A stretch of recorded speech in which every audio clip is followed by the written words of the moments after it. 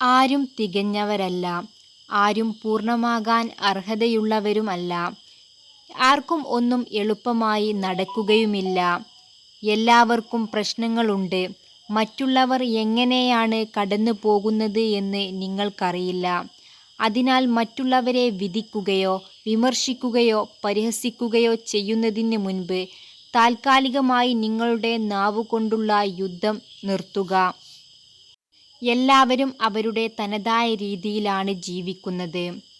സ്വന്തം ആവശ്യത്തിന് വേണ്ടി നമ്മളെ സമീപിക്കുന്നവരെ തിരിച്ചറിയാതെ പോകുന്നത് ഒന്നാമത്തെ തെറ്റ്. സത്യസന്ധമായി മനസ്സ് തുറക്കുന്നത് നോക്കാതെ രണ്ടാമത്തെ തെറ്റ്.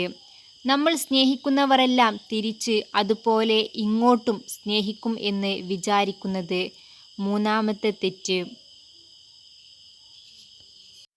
നിസാര കാര്യങ്ങൾക്ക് പോലും കണ്ണുനിറയുന്നവരെയും വാശി കാണിക്കുന്നവരെയും മോശമാണെന്ന് പറഞ്ഞ് കുറ്റപ്പെടുത്തരുത്.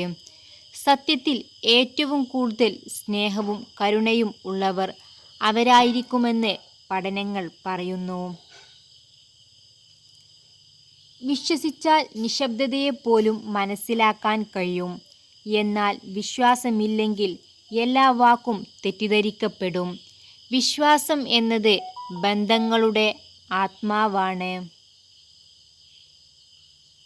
നിങ്ങളെ വിധിക്കാൻ ആർക്കും അവകാശമില്ല. കാരണം നിങ്ങൾ എന്താണ് അനുഭവിച്ചത് എന്ന് ആർക്കും അറിയില്ല. അവർ കഥകൾ കേട്ടിരിക്കാം, പക്ഷേ നിങ്ങളുടെ ഹൃദയത്തിൽ തോന്നിയത് അവർക്ക് അനുഭവപ്പെട്ടിട്ടില്ല. വേദനിപ്പിച്ച മനുഷ്യരിലേക്ക് ഒരിക്കൽ തിരികെ ചെല്ലണം.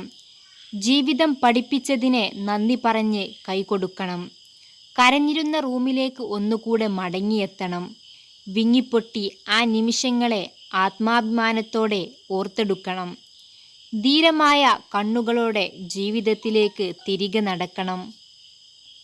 മുൻപ് നമ്മൾ ചെയ്ത കാര്യങ്ങളും തെറ്റുകളും ഒക്കെ ഒരിക്കലും പഴയപടി ആക്കാൻ നമുക്ക് കഴിയില്ല. അതൊക്കെ ഓർത്ത് പശ്ചാത്താപം, കുറ്റബോധം, ഭയം, കോപം ഇതൊക്കെ ഉണ്ടായിട്ട് ഒരു കാര്യവുമില്ല. ഇനിയുള്ള ഓരോ നിമിഷവും ചിലവഴിക്കേണ്ടത് ജ്ഞാനത്തിലും വിവേകത്തിലും സ്നേഹത്തിലും ആയിരിക്കണം. അതാണ് ജീവിതത്തിൻ്റെ സൗന്ദര്യം. അങ്ങനെയായാൽ നമ്മുടെ ജീവിതത്തിൽ സന്തോഷമുണ്ടാകും. ഒരു പിണക്കമുണ്ടായാൽ ആദ്യം നമ്മളോട് ഇണങ്ങാൻ വരുന്നവർ നമ്മളോട് തോറ്റുവരുന്നതല്ല. നമ്മൾ അവരെ സ്നേഹിക്കുന്നതിനേക്കാൾ ഏറെ നമ്മളെ സ്നേഹിക്കുന്നത് കൊണ്ടാണ്. എല്ലാ സ്നേഹബന്ധങ്ങളും നിലനിൽക്കുന്നത് ഇത്രത്തോളം സ്നേഹിക്കാൻ മനസ്സുള്ള മനുഷ്യരുള്ളതുകൊണ്ടാണ്. ആരോടും ഒരു പരിധിയിൽ കൂടുതൽ അടുക്കരുത്. ഒരിക്കലും ഒരാളെ പൂർണ്ണമായും മനസ്സിലാക്കി എന്ന് ധരിക്കരുത്. അളവിൽ കൂടുതൽ കൊടുക്കുന്ന ഒന്നിനും ഒരു വിലയുണ്ടാവില്ല.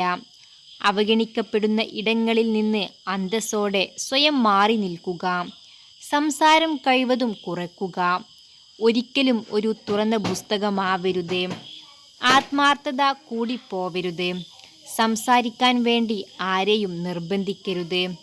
തിരിച്ചു കിട്ടുമെന്ന് ഒരിക്കലും പ്രതീക്ഷിക്കരുത്. പ്രണയം നിങ്ങളെ ശ്വാസം മുട്ടിക്കുന്നുവെങ്കിൽ അത് വിട്ടുകളഞ്ഞേക്കുക. നിങ്ങളെ കരയിക്കുന്ന സൗഹൃദങ്ങളെ കൈവിട്ടുകളയുക. നിങ്ങൾ ഒന്നുമല്ലെന്ന് ഒരു വിടുന്ന മനുഷ്യനുണ്ടെങ്കിൽ അവരിൽ നിന്ന് തിരിഞ്ഞു നടക്കുക. ശരിയെന്ന് ബോധമുള്ള നിങ്ങളുടെ ഇഷ്ടങ്ങൾക്ക് പിറകെ പോകുക. ഒരു കുഞ്ഞു പുഞ്ചിരിയെങ്കിലും മറ്റുള്ളവർക്ക് സമ്മാനിക്കുക. നിങ്ങളെ സ്വീകരിക്കുന്ന ഇടങ്ങളിൽ കയറി ചെല്ലുക. നിങ്ങളെ എല്ലാ കുറവുകളോടും കൂടി ഉൾക്കൊള്ളുന്നവരെ കൈകോർത്ത് നടക്കുക. നിങ്ങൾ എന്നും നിങ്ങളായിരിക്കുക. അത് മാത്രമാണ് നിങ്ങളുടെ വിജയം എന്ന് പറയുന്നത്. മനസ്സ് കാന്തം പോലെയാണ്. പ്രശ്നങ്ങളെക്കുറിച്ച് ചിന്തിച്ചു കൊണ്ടിരുന്നാൽ പ്രശ്നങ്ങളെ ആകർഷിച്ചെടുക്കും. എന്നാൽ അനുഗ്രഹങ്ങളെക്കുറിച്ച് നിങ്ങൾ ചിന്തിച്ചു കൊണ്ടിരുന്നാൽ അനുഗ്രഹങ്ങൾ ആകർഷിച്ചെടുക്കും. മൗനം ഒരു ഭാഷയാണ്. ചിലപ്പോഴൊക്കെ അതിനർത്ഥം ദേഷ്യമെന്നാണ്, ചിലപ്പോൾ സ്നേഹമെന്നും. ചില മൗനങ്ങൾ മടുത്തു എന്ന ഏറ്റുപറച്ചിലുകളാണ്.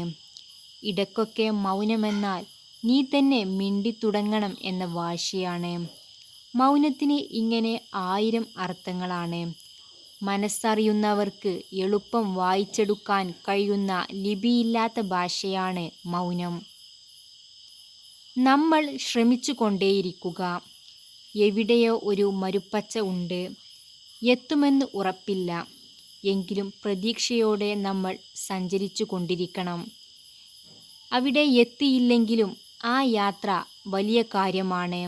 അത് തുടർന്നു കൊണ്ടിരിക്കണം. അതാണ് നമ്മളെ മുന്നോട്ടു നയിക്കുന്നത്.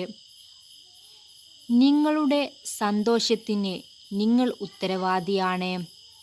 മറ്റുള്ളവർ നിങ്ങളെ സന്തോഷിപ്പിക്കും എന്ന് നിങ്ങൾ പ്രതീക്ഷിക്കുന്നതെങ്കിൽ നിങ്ങൾ എല്ലായ്പ്പോഴും നിരാശയിൽ തന്നെ ആയിരിക്കും. മനുഷ്യൻ തമ്മിലുള്ള ഒരു ബന്ധത്തിലും ഒരാൾ മറ്റൊരാളെ കൈവശപ്പെടുത്തരുത്. 2 മനസ്സുകൾ എപ്പോഴും വ്യത്യസ്തമായിരിക്കും. സൗഹൃദത്തിലായാലും അത് പ്രണയത്തിലായാലും. ഒറ്റയ്ക്ക് നേടാൻ കഴിയാത്തത്, സ്വന്തമാക്കാൻ ഒരുമിച്ച് നീങ്ങുന്ന 2 കൈകൾ പോലെയാണ് മനുഷ്യർ എന്ന് പഠനങ്ങൾ പറയുന്നു. ഓരോ സ്ത്രീകൾക്കും 2 പുരുഷന്മാരെ വേണം.